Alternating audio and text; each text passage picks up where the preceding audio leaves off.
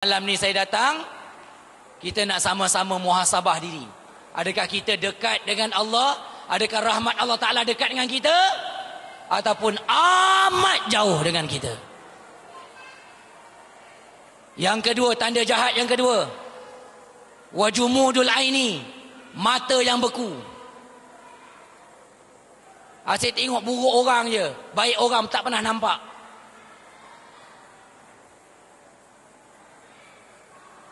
Asyik tengok kekurangan orang, kelebihan orang langsung tak nampak. Asyik rasa diri ni baik saja, pandang diri ni dah hebat sangat, orang lain semua haprak, na'udzubillah. Wajumudul aini.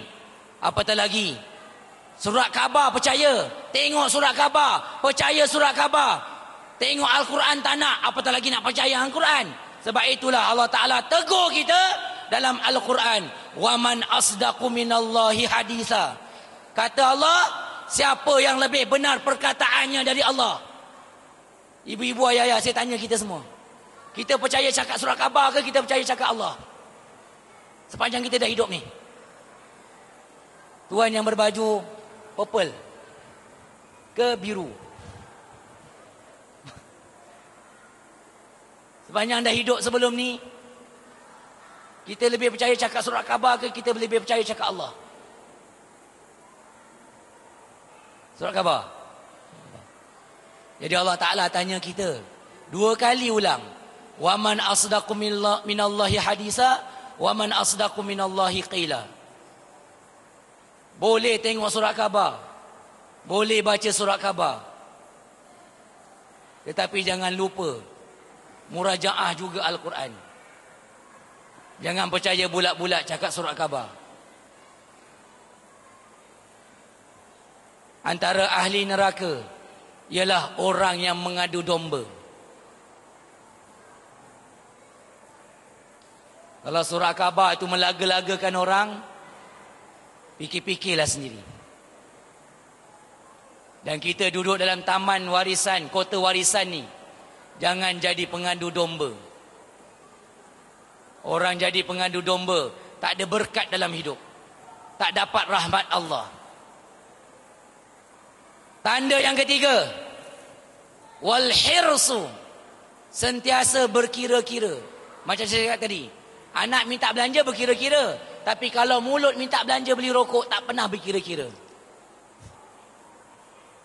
Bapak yang macam tu, bapak yang dah ada, satu lagi tanda jahat.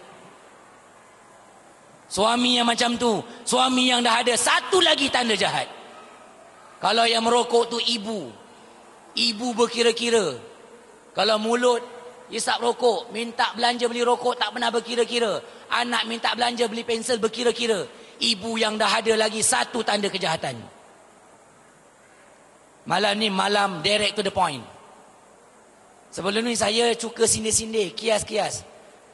Tapi alhamdulillah dengan izin Allah, akhir-akhir ni mulut ni pantang bercakap.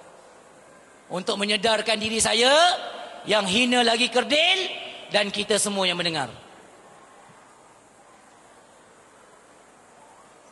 Mungkin selama ni, sebelum datang saya, kita rasa kita dah hebat sangat kan? Kita dah rasa kita ni bagus sangat. Ingatlah orang yang merasa diri dia hebat. Firman Allah, sabda Nabi sallallahu alaihi wa ala alihi wasallam, la yadkhulul jannah, tidak akan masuk syurga orang yang ada sikit sekalipun sebesar biji sawi sifat bangga diri. Sekalipun besar biji sawi, benih sawi nampak, biji sawi boleh nampak tak? Tak nampak. Jadi ibu-ibu, ayah, kalau sebelum saya bercakap ni, saya berkongsi ilmu, kita besar diri, bangga diri, dah hebat sangat, aku kaki surau, lalu rumah kawan, depan rumah kawan, hina kawan, sekalipun dalam hati, apa punya haprak kawan, tengok aku, kaki surau.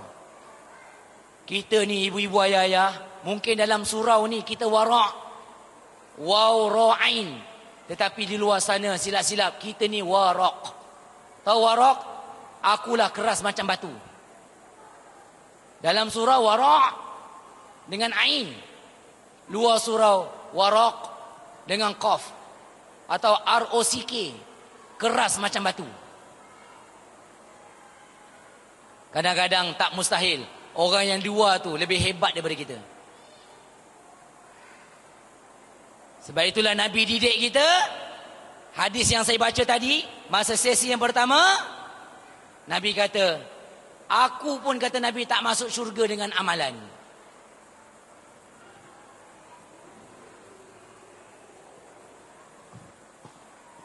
Habis Nabi masuk syurga dengan apa? Masuk syurga dengan rahmat Allah. Jadi ibu-ibu, ayah-ayah, firman Allah Ta'ala dalam suratul A'raf ayat 56 tu, sesungguhnya rahmat Allah dekat dengan hamba-hambanya yang berbuat baik. Jadi muhasabah diri. Hadis Nabi yang saya baca, yang saya kupas sikit, yang saya olah sikit, yang saya terjemahkan sikit, kita fikir, kita muhasabah diri. Adakah ayat Quran ni untuk kita? Atau sebenarnya bukan ayat ni untuk kita? Ibu-ibu, ayah-ayah, tanya diri kita sebelum balik ni. Sebelum nak makan lauk tu dah menunggu tu. Adakah ayat Quran ni untuk kita? Ataupun sebaliknya?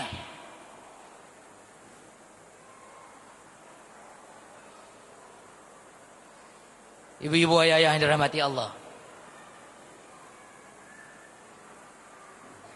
muhasabah diri. Ini belum sesi yang ketiga ni. Sesi ketiga nanti lagi panas.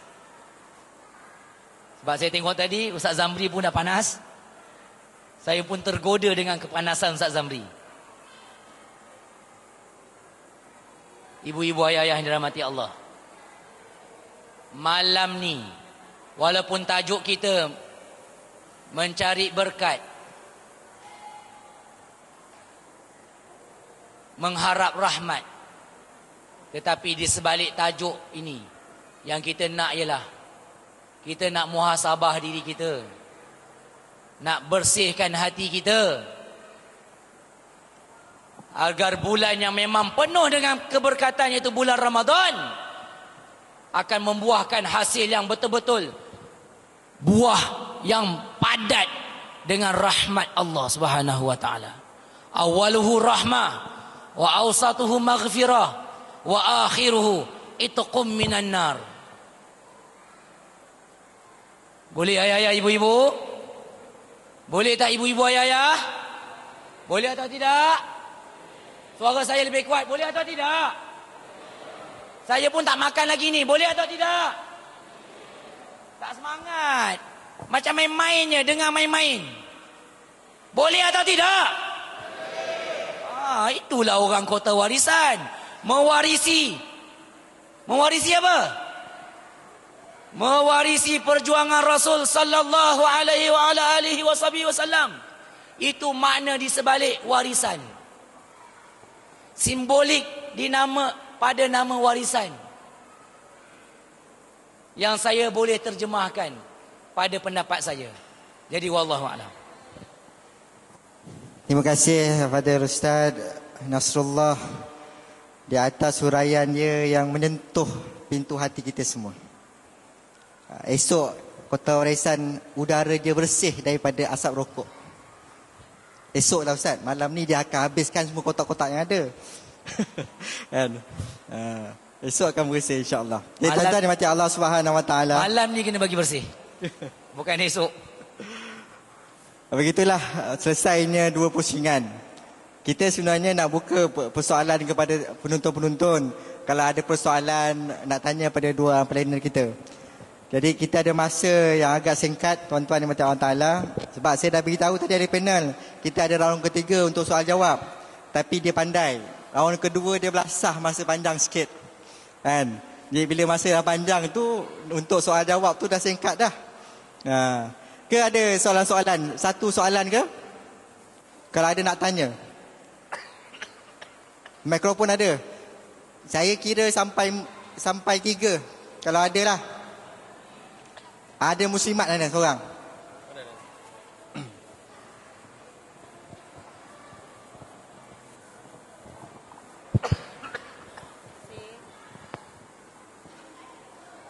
Bismillahirrahmanirrahim. Assalamualaikum.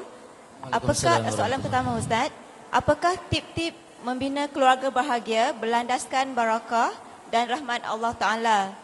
Dan soalan yang kedua, ini ditujukan kepada Ustaz Nasrullah. Kami muslimat ingin mendapatkan penjelasan lebih lanjut bagaimana kita nak mendapat rahmat Allah selain daripada membenarkan suami kahwin lebih daripada satu. Dan bagaimana pula pihak suami nak dapat rahmat Allah. Sekian, terima kasih. Ustaz, kena jawab lah ni. Soalan yang pertama yang dapat saya fahami, bagaimana tip-tip untuk membina keluarga di atas landasan rahmat dan berkat Allah. Begitulah. Saja. Itu yang pertama.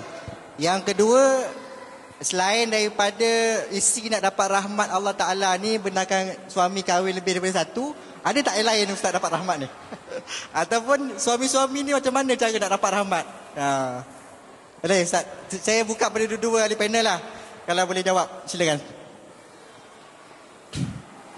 Tuan-tuan dan puan-puan yang dirahmati Allah Ta'ala, saya nak menjawab soalan puan tadi tu dengan saya nak petik balik ayat yang Akhi Zairul sebut tadi. Inna rahmatallahu qarib minal muhsinin. Sesungguhnya rahmat Allah Ta'ala itu begitu dekat kepada orang-orang yang muhsin. Ayat ini sebenarnya tuan-tuan nak bagi tahu dengan kita bahawa rahmat Allah Subhanahu Wa Ta'ala itu sebenarnya dapat dirasai secara langsung oleh mereka yang melaksanakan perintah Allah Subhanahu Wa Ta'ala. Orang yang melaksanakan titah perintah Allah Ta'ala itu disebut oleh Allah Ta'ala sebagai muhsinin. Muhsinin tuan-tuan, kalau kita belajar dalam ilmu tasawuf, ada pada tingkatan yang keempat, iaitu sebelum pada mukhlisin.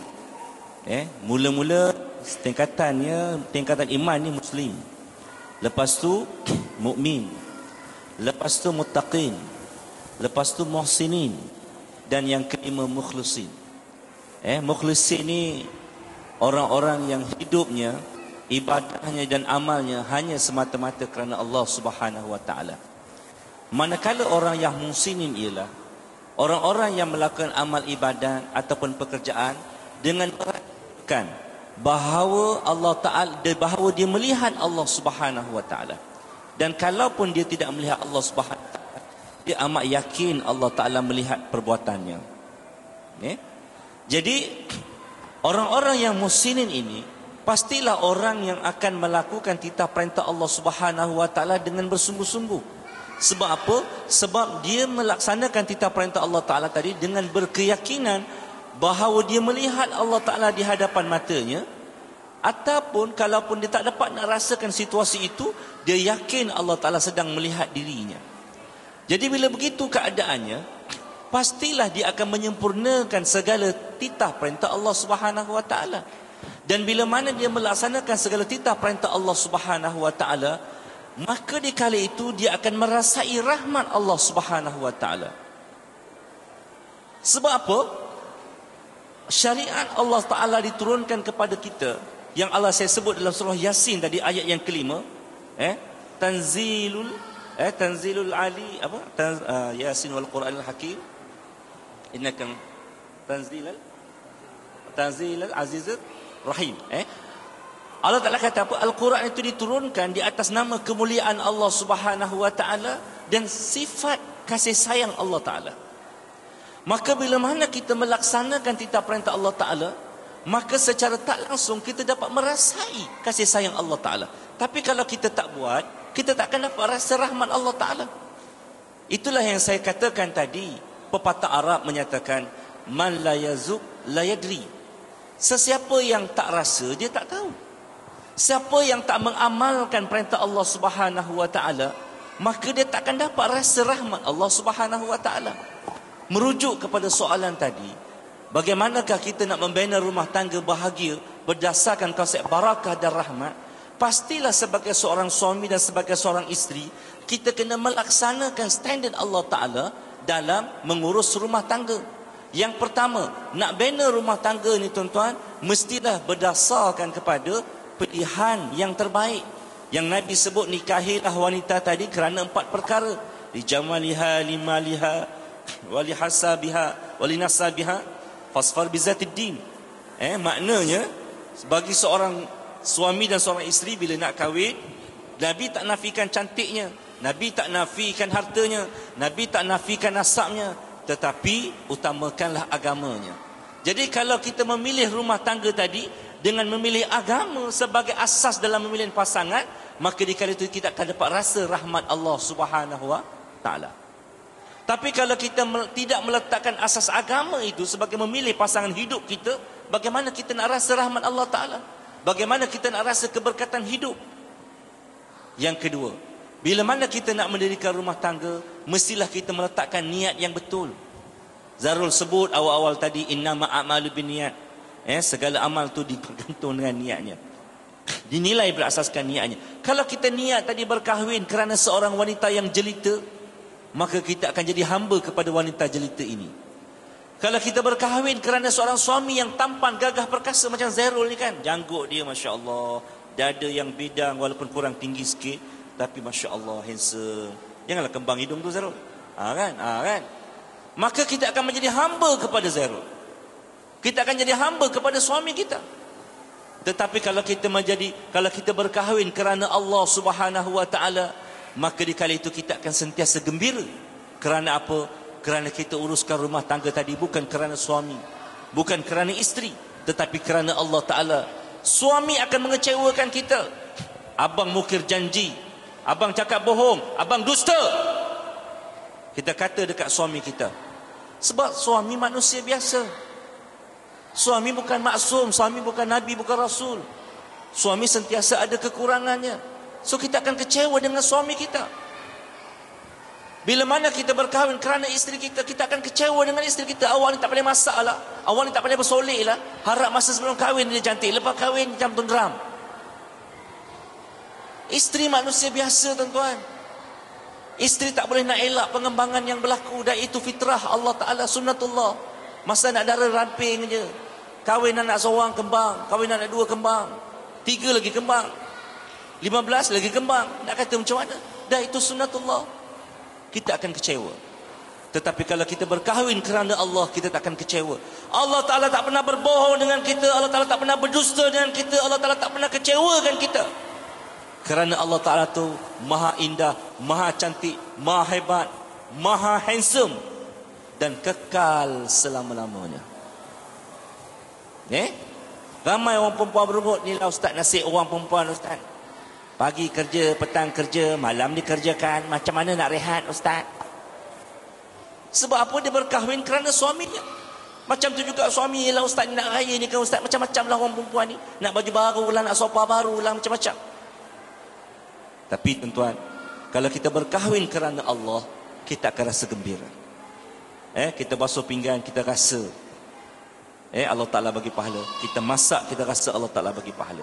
Yang ketiga, sebagai seorang suami dan sebagai seorang isteri, nak rasa rahmat Allah Ta'ala, nak rasa keberkatan rumah tangga, kita kena jaga hubungan kita dengan Allah Subhanahu wa Ta'ala.